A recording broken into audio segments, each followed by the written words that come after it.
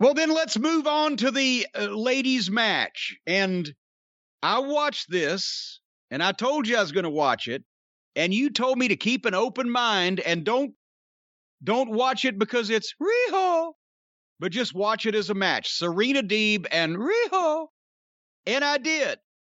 And I have a page and a half of notes. Would you like to hear some? I'm rather curious. Yes, I would. I thought this was the best wrestling match on the program. Even better than FTR's, and I'll explain why shortly. And I think it completely demeaned and devalued the business and their marketable talent like Serena Deeb because of the Van Gogh principle. Just because you can cut your own ear off doesn't make you Van Gogh. Yes, this was the best Riho match that they've ever presented because she was in there with a girl that for the past 15 years has had some of the most high-level training and experience in the business. She was an OVW under Rip Rogers and excelled there in the training program. She went to the WWE and worked with the best talent in the business. She has been a trainer in numerous training programs, and she's a top talent, probably technically one of the best girls in the business right now. And she led every step of this match. She led every step of it. She called every bit of it. She was trying to do a lot of Riho stuff too. And Riho did all the moves fine. Of course, there were a lot of problems, which most people might not see, but a trained eye will, which we'll discuss here in a second. But here's the fucking problem, people. And I'm even including you in that, people, Brian. If you disagree with me, I'll hunt you down and squeeze your britches full, slap you naked and hide your clothes is what I'll do. I'm right here. Well, I'm right here. You don't have to hunt me down. I'm right here. I'm right here. What time's your brother get off? It demeans the business and devalues the marketable talent when a 98-pound pale girl in fucking frilly ballet skirts and lace doilies on her wrists is doing pro wrestling moves as well as everyone else. Hand a homeless bum under an overpass a guitar and he breaks out with the Eddie Van Halen solo from Beat It. It makes rock and roll look easy. Part of the problem that I have that people don't seem to understand is that, yes, Riho did some wonderful fucking wrestling moves, and it's visually ridiculous, and it devalues what the real marketable talent does. Just because you can do the moves doesn't mean you should be doing the moves. I can fuck, but I'm not going to be playing John Holmes in the remake of his life. Visually, it would be ridiculous, wouldn't it, Brian? Oh, yeah. Yeah, well, I'm glad you could agree with that.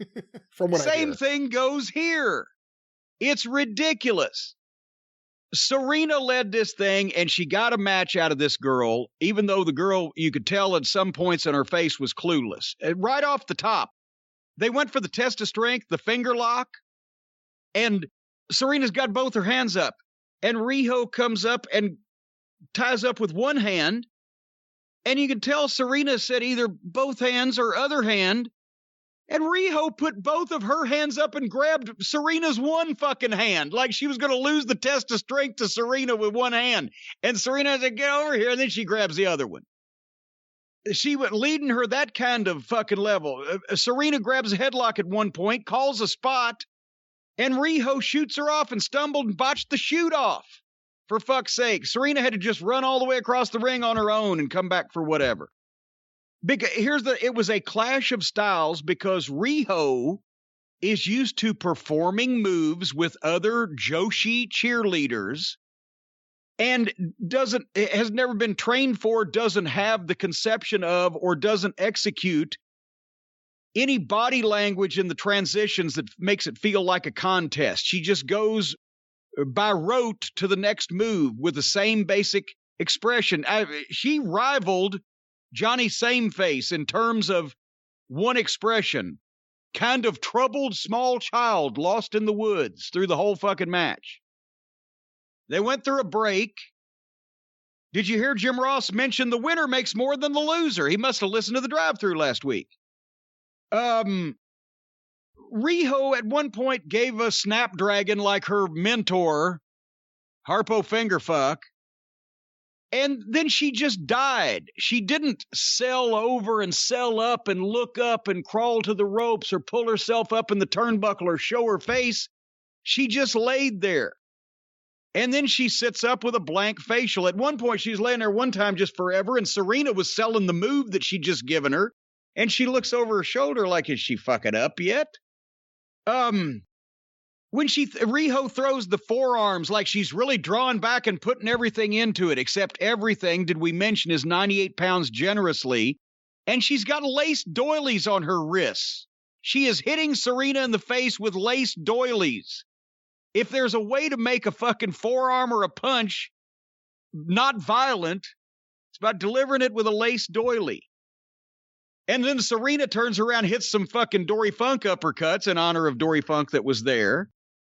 And Serena looks like an athlete. She looks like a professional wrestler. She conducts herself with the body language, and it's a contest in between, etc. And she's working with a small girl who knows how to do moves. Riho's drop kick is 3 feet high. And it started wearing out its welcome at the end because, yes, I know Serena's trying to have the best match she can and let Riho do all of her shit, but fuck, there were several big false finishes. It's just not believable. This little girl going through all this. And finally, Riho, of course, I knew what the fucking finish was going to be. Riho wins a series of reversals and gets the 1, 2, 3. This was the best Riho match ever, which is faint praise. It was an incredible training match, more or less, on television by Serena Deeb. What she would do in training programs is take a novice girl and lead her through a 15 or 20-minute match. It was the best wrestling match on this show because it made the most sense. But I'm sorry, Riho is just ridiculous. So that's what I don't know where you were going with wanting me to watch this, but yes, she did all the moves right, but I still do not see a wrestler. I see a cheerleader doing wrestling moves. I agree with you. What? And I wanted you to watch the match because I thought, first of all, Serena Deeb may lay claim to being the best wrestler in the business in terms of the women. Rhea Ripley's up there, but Serena Deeb has been so impressive. Rhea Ripley is a more marketable personality right now because of her look and her youth. Serena is technically much more proficient and has tons more experience. I thought this was the best Riho match I had ever seen. I thought that there were moments in a match where, like with the Snapdragon, it didn't look good because she's a little girl and she shouldn't be doing it. So I'm watching this match and I liked it.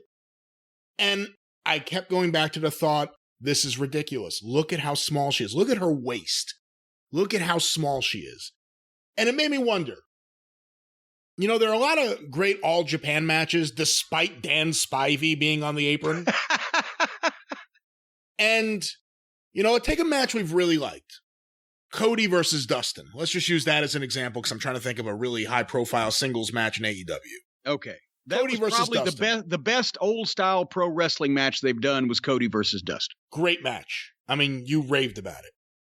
If you took Cody out of the match and put Brody Lee Jr., -1, because he's been on this show, and they had the exact same match, it doesn't mean it would be as good as the Cody versus Dustin match because that's two adults. Eventually you'd go, this is ridiculous. It's a child in there having a competitive match against this veteran. And I had a very similar thought to this with this match with Riho. I knew Riho was going to win because she's Kenny Omega's golden girl, but Serena Deeb has looked really, really good. They think Riho is marketable, but she is so small. For the Japanese vending machine crowd, I'm sure she is. Hey, she was one of the first action figures they made. She's so small, and it becomes ridiculous. It was actually legitimate size to scale. She's so tiny that it's unreasonable to see her have a long competitive match. The match was good. The actual match, what the match was good. If you took Riho out of the picture and put Thunder Rosa in there, it would have been a great match. And it was a great match. But the fact that it's Riho, it just, okay, you've had me for the past day because I thought that you were going to expect me to come up with a newfound respect for Riho based on this match being good. No, I told you, watch the match and think of it like it's not Riho in the match. It's a good match. The layout's good. It's a good match. But whenever you forget that it's Riho and then you realize it's Riho, you realize it's ridiculous. It's Riho. Despite the fact that it's a great match, it's this. If Savage versus Steamboat was Savage versus a blow-up doll, it's still the same match, but you may not see it the same way. It's ridiculous. So that was my whole point. Really good match, but ridiculous. Ridiculous. And as soon as she came out, I knew Justin Roberts wouldn't, but a part of me thought he's going to go, Riho! But he didn't, and I heard that in my head throughout the match. Well, he should have.